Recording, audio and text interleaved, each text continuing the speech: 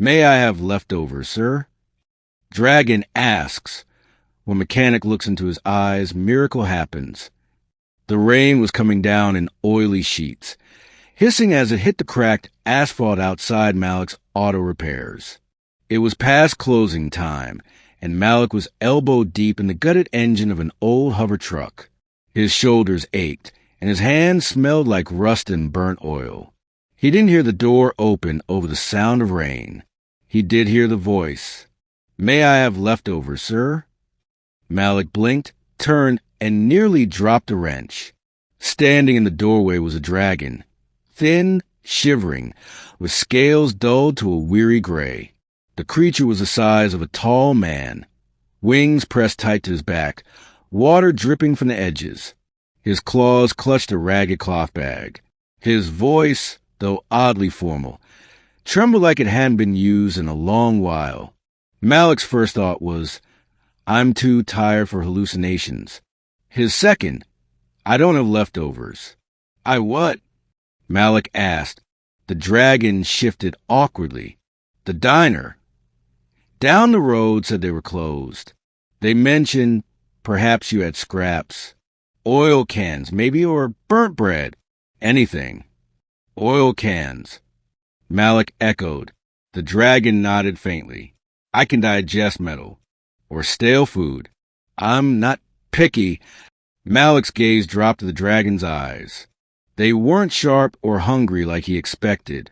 They were tired. Deep, molten gold with a hint of green, dim but still carrying an ember of life. Something about those eyes gripped him, as if they whispered a story too heavy for words. Wait here, Malik said before he could think better of it. He went into the back room and rummaged through his cluttered shelves.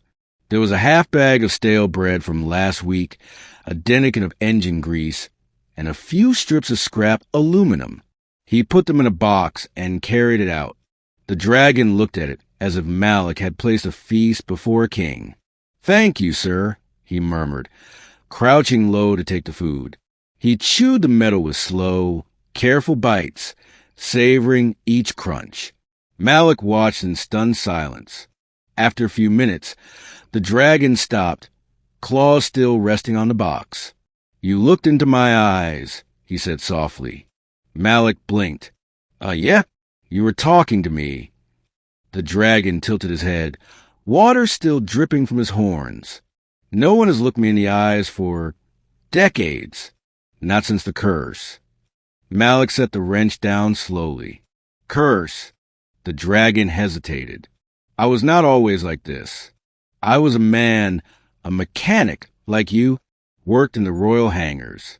One day, I saved the wrong life. A noble wanted me gone, so they paid a sorcerer to change me. No one remembers my name. No one dares meet my gaze.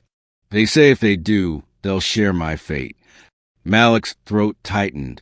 That's ridiculous. Is it?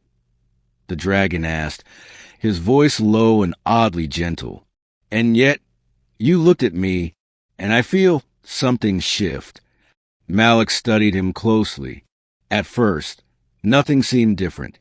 But then, like a reflection clearing on water, the dull gray on the dragon's scales seemed to flicker with a faint metallic green. His wings twitched as though remembering a freedom they'd long forgotten. Malik stepped closer. What's your name? The dragon blinked, startled. Raviel. I haven't spoken in years. Raviel, Malik repeated. Okay, you're not cursed forever. Not if it's already breaking. Raviel let out a soft laugh, half disbelieving, half yearning. You think you can fix me like you fix machines? Malik shrugged.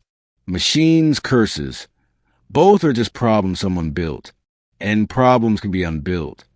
For a moment, the rain outside sounded like applause.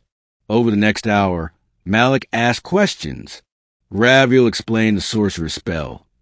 Something woven into the moment of betrayal, binding his soul to a dragon's form and isolating him from human connection.